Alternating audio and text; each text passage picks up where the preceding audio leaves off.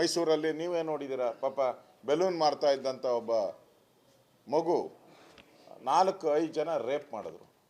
ಇದು ಸಿದ್ದರಾಮಯ್ಯನವರ ಅದೇನು ಹೇಳಿದ್ರಲ್ಲ ಸಾಧನೆ, ಅವರು ದೇವರಾಜ ಅರಸನ್ನು ಮೀರಿಸ್ಬಿಟ್ಟಿದ್ದೀನಿ ಅಂದ್ರಲ್ಲ, ಈ ರೇಪ್ಗಳಲ್ಲಿ ಮೀರಿಸಿದ್ದೀರಾ ಈ ಸರ್ಕಾರ? ಈ ರೇಪ್ಗಳು ಆಗ್ತಾ ಇದೆಯಲ್ಲ, ಒಟ್ಟು 43,000 ಪ್ರಕರಣಗಳು ಇಲ್ಲಿ ಆಗಿದೆ ಕರ್ನಾಟಕದಲ್ಲಿ 2.5 ವರ್ಷದಲ್ಲಿ. ರೇಪು, ಬಾಲ್ಯ ಕಾರ್ಮಿಕರದು ಮತ್ತು ಪೋಕ್ಸೋ ಇವೆಲ್ಲ ಸೇರಿದ್ರೆ 43,000 ಕೇಸ್ ಆಗಿದೆ ಈ ಸರ್ಕಾರದ ಮೇಲೆ. ಇದಕ್ಕಿಂತ ಕಳಂಕ ಬೇಕಾ? 2.5 ವರ್ಷದಲ್ಲಿ, 2 ವರ್ಷ 7 ತಿಂಗಳಲ್ಲಿ ಆಗಿರೋವಂಥ ದಾಖಲೆಗಳು. ನಾನು ದಾಖಲೆ ಕೇಳ್ತಾ ಇದ್ದೀನಿ, ಬೇಕಾದ್ರೆ ಹೇಳ್ತೀನಿ. ಬೇಕಾದರೆ ಮಹಿಳೆಯರ ಮೇಲೆ ಲೈಂಗಿಕ ಕಿರುಕುಳ 16,273, 43,053, 43,053. ವರದಕ್ಷಿಣೆ ಕಿರುಕುಳ 5,456. ಮೃತಪಟ್ಟ ಮಹಿಳೆಯರು 340 ಜನ, 340 ಜನ ಮೃತಪಟ್ಟಿದ್ದಾರೆ. ಅತ್ಯಾಚಾರ ಪ್ರಕರಣ 2023ರಿಂದ 600, 23ರಲ್ಲಿ, 24ರಲ್ಲಿ 739, 25ರಲ್ಲಿ 549, ಒಟ್ಟು 43,053 ಪ್ರಕರಣಗಳು ಆಗಿದೆ.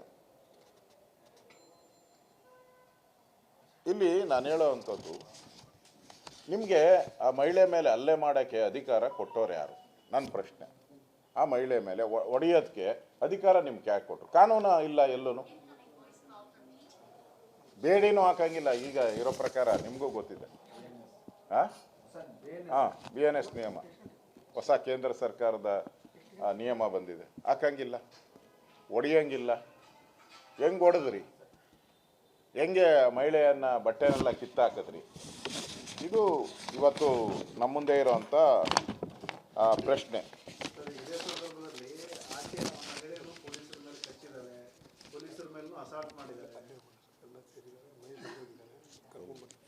ಪ್ರೊಟೆಸ್ಟ್ ಜಾಗಕ್ಕೆ ಆಯಿತು, ನಾನು ಆರಾಮ್ ಸರ್. ಅವರೆಷ್ಟೇ ಹೇಳಿದ್ರು ನಾನು ನಿಮ್ಮ ಜೊತೆ ಇದ್ದೀನಿ. ನಾನು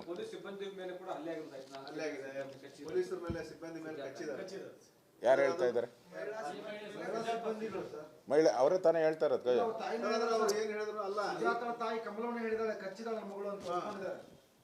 ನೋಡಿ, ಅವ್ರ ಮನೆಯಲ್ಲಿ ಹೋಗಿ ಬಲವಂತವಾಗಿ ಪೊಲೀಸರು ಒಂದು ವಿಡಿಯೋನು ಮಾಡಿದ್ದಾರೆ, ಅದು ಗೊತ್ತಿದೆ. ನಾನು ರಿಪೋರ್ಟ್ ತರಿಸ್ಕೊಂಡಿದ್ದೀನಿ. ನನ್ನ ಮಗಳೇ ತಪ್ಪು ಅಂತ ಹೇಳಿ ಮಾಡಿಸ್ಕೊಂಡಿದ್ದಾರೆ. ಸರಿ, ಈಗ ಪೊಲೀಸರು ಅವರು ಮಹಿಳಾ ಸಿಬ್ಬಂದಿನೇ, PSI ಇರ್ಬೋದು, ASI ಇರ್ಬೋದು, ಮಹಿಳಾ ಸಿಬ್ಬಂದಿ ಒಟ್ಟಿಗೆ ಕಚ್ಚಿರೋದು ಅವರು, ಅವ್ರ ಕುಟುಂಬಸ್ಥರು ಹೌದು ನಮ್ಮ ಮಗಳು ಕಚ್ಚಿದಾಳ ಅಂತ ಹೇಳ್ತಾರೆ. ಮತ್ತೆ ಇದನ್ನ ಸಮರ್ಥನೆ ಮಾಡ್ಕೊಂತೀರಾ? ನಾನು ಹೇಳ, ಕಚ್ಚಿದ್ದಾರೆ, ಕಾನ್ಸ್ಟೇಬಲ್ ಹೇಳಿದ್ದಾರೆ ಅಂತೇಳಿ ಅವರೇ ಕಚ್ಕೊಂಡಿದ್ದಾರೋ ಇಲ್ಲ ಈ ಹುಡುಗಿ ಕಚ್ಚಿದಾಳೋ ಅನ್ನೋದಕ್ಕೆ ತನಿಖೆ ಆದರೆ ತಾನೇ ಬರೋದು. ತನಿಖೆ ಆಗಬೇಕಲ್ಲ, ತನಿಖೆ ಆಗಿ ಒಂದು ರಿಪೋರ್ಟ್ ಬರಬೇಕಲ್ಲ. ಈಗ ಜನಾರ್ದನ್ ರೆಡ್ಡಿ ಮನೆ ಮೇಲೆ ಗುಂಡಿನ ದಾಳಿ ಆಯ್ತಪ್ಪ, 5 ದಿನ ಸರ್ಕಾರ ಏನು ಹೇಳ್ತು? ಎಲ್ಲಿಂದ ಗುಂಡಾರ್ತು, ಗನ್ನೆಲ್ಲಿಂದ ಬಂತು, ತನಿಖೆ ಮಾಡ್ತಾ ಇದ್ದೀರಿ, ತನಿಖೆ 5 ದಿನ ಆದಮೇಲೆ ಹೇಳಿದ್ರು ಗುಂಡು ಕಾಂಗ್ರೆಸ್ಸಿಂದಾನೇ ಬಂದಿದ್ದು ಅಂತ ಹೇಳಿದ್ರು. ಅದು ಇನ್ನೂ ವರದಿ ಬಂದಿಲ್ಲ. ಈಗ ಪೊಲೀಸರು ಅಫಿಷಿಯಲ್ ಹೇಳಿಕೆ, ಇವೆಲ್ಲ ತನಿಖೆ ಆಗ್ಬೇಕು ತಾನೆ. ತನಿಖೆ ಆಗಕ್ಕೆ ಮುಂಚೆನೇ ನೀವು ಎಲ್ಲ ಇಷ್ಟು ಬೇಗ ಬಿಡುಗಡೆ ಮಾಡ್ತಾ ಇದ್ದೀರಿ ಅಂದರೆ ನೀವೇನೋ ಅಪರಾಧ ಮಾಡಿದ್ದೀರಾ ಅಂತ ಅರ್ಥ. ಪೊಲೀಸರದು ತಪ್ಪಾಗಿದೆ ಅಂತೇಳಿ ಅದನ್ನು ಮುಚ್ಚಾಕೋಕ್ಕೆ ಒಂದರ ಮೇಲೆ ಒಂದು ವಿಡಿಯೋ, ಇದು ಕೇಸ್ಗಳು, ಹಿಂದೆ ಇದ್ದಂಥ ಕೇಸ್ಗಳು. ನಾನು ಹಿಂದೆ ಇದ್ದಂಥ ಕೇಸ್ಗಳನ್ನ ಕ್ರಮ ತೆಗೆದುಕೊಳ್ಬೇಡ ಅಂತ ನಾನು ಏನೆಲ್ಲ ಹೇಳಿದ್ದೀರಾ? ನಾವೆಂದನೇ ಹೇಳಿದ್ದೀರಾ? ತೆಗೆದುಕೊಳ್ಳಿ. ಆದರೆ ಆ ಕೇಸ್ಗೂ ಈ ಕೇಸ್ಗೂ ಹೋಲಿಕೆ ಮಾಡೋಕ್ಕೆ ಹೋಗಬೇಡಿ. ಇದಕ್ಕೂ ಅದಕ್ಕೂ ಸಂಬಂಧನೇ ಇಲ್ಲ. ಅದಕ್ಕೆ DK ಶಿವಕುಮಾರ್ ಅವರು ಉತ್ತರ ಕೊಡಬೇಕು. ಯಾಕಂದರೆ DK ಶಿವಕುಮಾರ್ ಅವರೇ ಹೋಗಿ ಅಲ್ಲಿ ಕೈ ಎತ್ತಿಬಿಟ್ಟು ನಾನೇ ಗೆಲ್ಸಿದ್ದು ಅಂದ್ರಲ್ಲ. ರೇವಂತ್ ರೆಡ್ಡಿನ ಕೈ ಹಿಡ್ಕೊಂಡು ಹಿಂಗೆ ಎತ್ತಿ ಅವನಿಗೆ ಕೈ ಕೊಡದಿದ್ರು ಹಿಡ್ಕೊಂಡು ಎತ್ತಿಬಿಟ್ರು.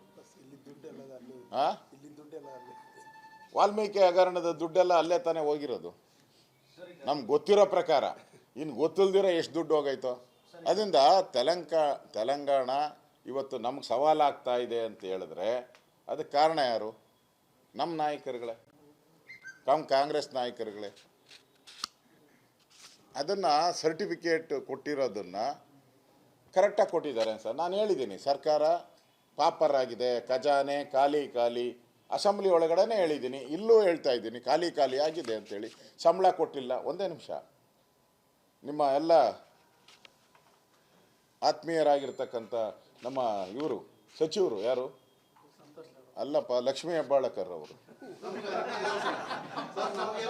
ನಮಗೂ ಎಲ್ಲರೂ ಹಾಂ, ಅವರು 5,000 ಕೋಟಿನ ನುಂಗಾಕಿದ್ರಲ್ಲ. ಹೆಂಗೆ ನುಂಗಾಕಿದ್ರು? ಖಜಾನೆ ತುಂಬಿ ತುಳುಕ್ತಾ ಇದ್ರೆ 5,000 ಕೋಟಿ 2 ತಿಂಗಳದ್ದು ಎತ್ತೇ ಬಿಟ್ಟಿವರಲ್ಲ, ಗೊತ್ತೇ ಇಲ್ಲ. ನಾವು ಹಿಡಿದಿದ್ದಕ್ಕೆ ಗೊತ್ತಾಗಿದ್ದು. ಈಗ ಬಾಯ್ ಬಿಡ್ತಾ ಇದ್ದಾರೆ, ಕೊಡೋಕ್ಕಾಗ್ತಾ ಇಲ್ಲ ಈಗ. ಯಾಕಂದರೆ ಬಡ್ಜೆಟ್ ಮುಗ್ದೋಯ್ತು. ಮಾರ್ಚ್ ಬಡ್ಜೆಟಲ್ಲಿ ಒಳಗಡೆ ಕೊಡಬೇಕಾಯ್ತದು, ಕೊಡೋಕ್ಕಾಗ್ತಾ ಇಲ್ಲ. ಮೊನ್ನೆ ಸಪ್ಲಿಮೆಂಟ್ರಿ ಬಡ್ಜೆಟ್ ಬಂತು, ಸಪ್ಲಿಮೆಂಟ್ರಿ ಬಡ್ಜೆಟಲ್ಲೂ ಇಲ್ಲ. 5,000 ಕೋಟಿ, 10 ಅಲ್ಲ 20 ಅಲ್ಲ, 5,000 ಕೋಟಿ ಹೆಂಗೆ ನುಂಗಿದ್ರು? ಎಲ್ಲಿಗೋಯ್ತು? ಅಂದರೆ ಖಜಾನೆ ಖಾಲಿ ಆಗಿದೆ. ಈಗ ಆತ್ಮಹತ್ಯೆಗಳಾಗ್ತಾ ಇದೆ ಅಧಿಕಾರಿಗಳು. ಎಲ್ಲ ಕ್ಷಮಾಪಣೆ ಕೇಳಿದ್ರಲ್ಲ, ಕ್ಷಮಾಪಣೆ ಕೇಳಿದ್ರು. ಮುಖ್ಯಮಂತ್ರಿನ ಹೆಂಗನ ಮಾಡಿ ಅಡ್ಜಸ್ಟ್ ಮಾಡಿ ನಾನು ಕೊಟ್ಬಿಡ್ತೀನಿ ಅಂದ್ರಲ್ಲ. ಇದುವರೆಗೂ ಕೊಡೋಕ್ಕಾಗಲ್ಲ. ಒಂದು ಮುಚ್ಚುವಂಥ ಪರಿಸ್ಥಿತಿ. ಅಲ್ಲಿ ಗೊತ್ತಿದೆ ನಿಮಗೂ, ನಮ್ಮ ಬಾರ್ಡ್ರ್ ಅದು. ಇಡೀ ಒಂದು 2 ಡಿಸ್ಟಿಕ್ಕು ಕನ್ನಡಿಗರೇ ಪ್ರಾಬಲ್ಯ ಇರುವಂಥ ಜಿಲ್ಲೆಗಳಿದೆ. ಇವತ್ತು ಅಲ್ಲಿ ಮಲಯಾಳಿ ಭಾಷೆಯನ್ನು ಪ್ರಥಮ ಭಾಷೆಯಾಗಿ ಅಲ್ಲಿ ಡಿಕ್ಲೇರ್ ಮಾಡಿರೋದ್ರಿಂದ ಈಗ ಗಡಿ ಭಾಗದಲ್ಲಿ ಬರ್ತಕ್ಕಂಥ ಕನ್ನಡ ಶಾಲೆಗಳೆಲ್ಲ ಮುಚ್ಚುವಂಥ ಪರಿಸ್ಥಿತಿ. ಇದು